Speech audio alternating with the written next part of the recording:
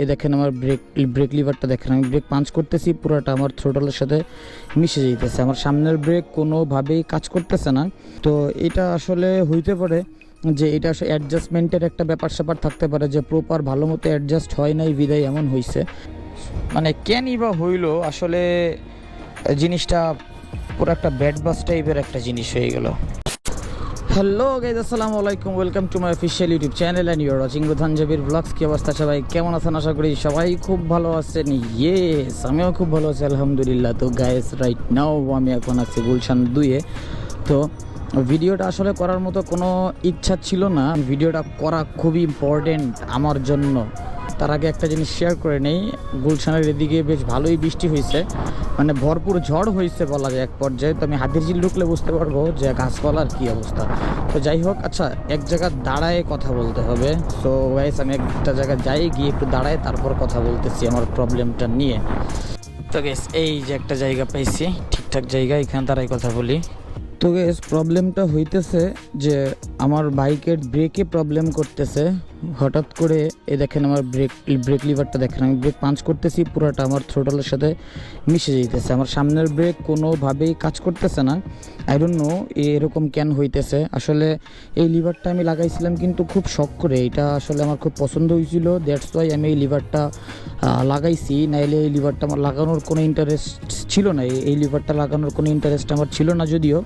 তবে আমি চাইছিলাম যে আরসিবির যে মাস্টার সিলিন্ডারটা থাকে যে S1, ওইটা লাগাইতে, বাট ওইটাও আমি লাগাই নাই, কারণ আমার মানুষ বলতেছিল যে না, স্টকেরটাই বেস্ট, এই আফটার মার্কেট কোনো পার্টস না লাগানোটাই বেটার।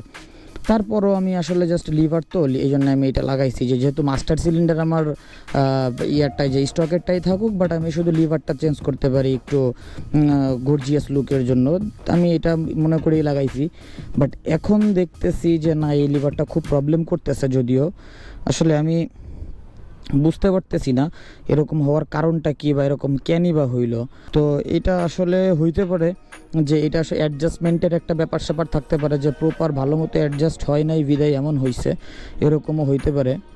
বাট আমি আসলে শিওরলি বলতে পারতেছি না। তো আপনারা যদি মানে কেউ যাই না থাকেন, বা আমার ভিডিও দেখার পর যদি আপনারা কেউ বুঝেন যে না, এই আফটার মার্কেটে এই পার্টসটা লাগানোর কারণে এরকম হয়েছে, বা এরকম হওয়ার সম্ভাবনা থাকতে পারে, বা এরকম আগে পরে আপনাদের জানা মতে কারোর সাথে এরকম ঘটছে, তো আমাকে প্লিজ একটু জানাবেন। এটা জানাটা আমার খুবই গুরুত্বপূর্ণ একটা বিষয়, কারণ আমি আগে পরে এরকম কোনো জ্ঞান আমি অর্জন করি নেই। তো এই ফার্স্ট টাইম আমার এই ব্রেক লিভার রিলেটেড একটা এক্সপিরিয়েন্স আমার হইতেছে, বাট আমি আসলে বুঝি নাই আসলে এরকম হওয়াটা মানে কেনই বা হইলো। আসলে জিনিসটা পুরো একটা ব্যাড বাস টাইপের একটা জিনিস হয়ে গেল। যাক, প্যারা নাই, ব্যাপার না, এটা আসলে চেঞ্জ করে ফেলতে হবে আমার। তো এখন আমি আমি এখন রাইড করবো। রাইড করা অবস্থায় আমি আপনাদেরকে দেখাবো যে আমার এটা কতটা প্রবলেম আমার হইতেছে। যদিও ইঞ্জিন ব্রেক আর পায়ের ব্রেকে আমার মানে বাইক চালাইতে হইতেছে। এই যে আমি ব্রেক, এই দেখেন যে সামনের ব্রেক আমি এই যে পাঞ্চ করছি, মানে এতটা প্রেশার, সামনের ব্রেক আমি পাঞ্চ করতেছি আর খুব প্রবলেম হইতেছে, দেখতেই পারতেছেন আপনারা। মানে একদম থ্রোটলের সাথে যখন মিশে যেতেছে তখন কি আমার হালকা ব্রেকটা কাজ করতেছে।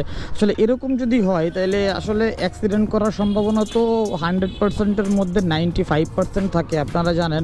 বিকজ ঢাকা সিটিতে কিন্তু আপনার একটা ব্রেক দিয়ে বাইক রাইড করা জাস্ট ইম্পসিবল। তাও আমার এখন কিছু করার নেই, আমার একটা ব্রেকে মানে ইঞ্জিন ব্রেক আর পায়ের ব্রেক, এই দুইটা ব্রেকে চালাই যেতে হবে। আমার হ্যান্ড ব্রেক যেটা আছে, সামনের ব্রেক থাকা না থাকা একদম একই রকম হয়ে গেছে।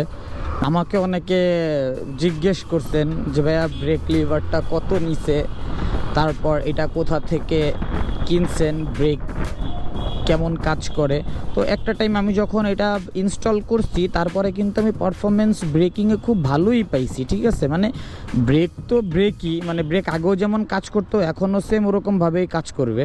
মানে আমি যখন মানে ব্রেক আগেও যেমন কাজ করতো, এটা লাগানোর পরে ঠিক ওরকমভাবেই কাজ করছে। বাট কমফর্ট জোন হইলো এইটাই যে আগের লিভারটা একটু বড় ছিল আর এটার লিভারটা একটু ছোট, এটা একটু ধরতে মজা, লুকিং জোস, মানে একটু মানে সুন্দর একটা ভাইবস আসে এটাতে, তাছাড়া আর কিছুই না। বাট পারফরমেন্স এভারেজ সেম, মানে কোনোটার থেকে কোনোটা আসলে ফালাই দেওয়ার মতো না।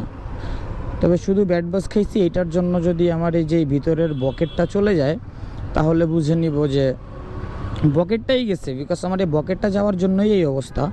এই বকেটটা যেহেতু নষ্ট হয়ে গেছে, তো আমি আবার এটা ঠিক করলেও লাভ হবে না, আবার দেখা গেল কিছুদিন পরে যা তাই হয়ে যাবে।